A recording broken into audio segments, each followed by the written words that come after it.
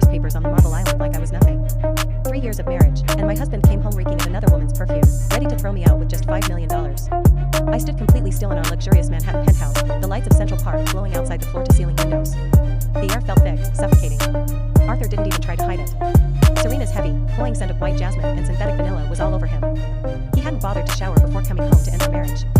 He slid a thick manila envelope across the cold marble island and said in a flat, exhausted voice, "Sign it, Jet. Let's not make this uglier than it needs to be." Inside were the divorce papers. On page 4, a big black X marked, complete forfeiture of marital assets. He wanted me to walk away with absolutely nothing. Then he leaned against the counter and announced, $5 million.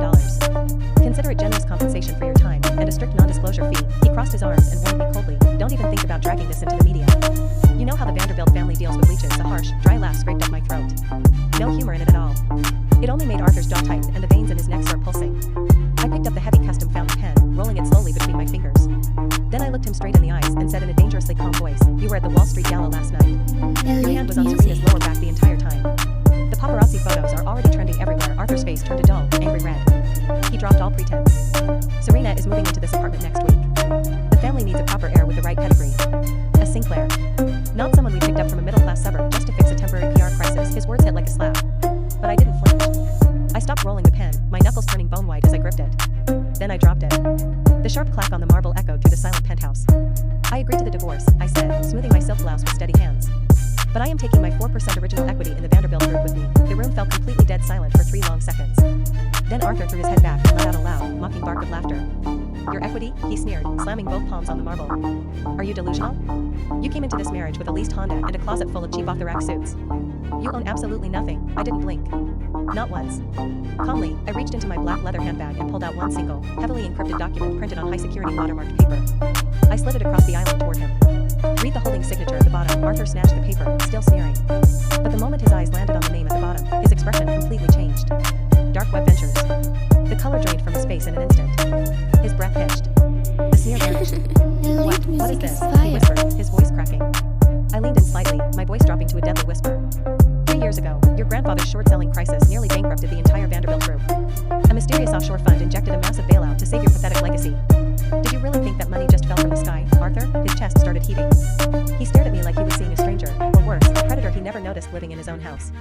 "You forged this," he suddenly shouted, crumpling the edge of the paper in his fist. "You forged financial documents to extort my family, but the math was flawless. The legal seals were bulletproof."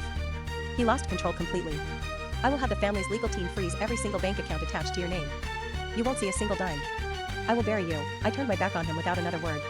I walked straight into the master bedroom's walk-in closet, my heart beating in a slow, steady, predatory rhythm. While he kept shouting from the living room, I opened my personal safe, took out the core encrypted drives, and dropped them into my black Birkin bag. When I walked back out into the living room, the heavy bag swinging by my side, I looked him dead in the eyes and said, "Prepare for a multi-billion-dollar lawsuit, Arthur." He lunged forward, reaching out with his large hand to grab my shoulder and stop me. I didn't flinch. Not even for a second. In one swift, brutal motion, I swung the heavy Birkin bag upward. The solid brass hardware slammed hard into his forearm. Arthur let out a sharp gasp of pain and stumbled backward, clutching his arm, eyes wide with shock. I stepped right into his face, my gaze cold and oppressive, forcing him to take another step back. Then I turned, pushed open the heavy front door of the penthouse, and stepped into the private elevator without looking back. The polished steel doors began to slide shut, cutting off the sight of his red, furious face. The moment the doors sealed, silence wrapped around me. I reached into my coat pocket and pulled out my matte black encrypted phone. My thumb hovered over the screen. It was finally time to wake up the monsters on Wall Street. And the second I make this call, everything Arthur thought he controlled is about to come crashing down. He has no idea what's coming for him.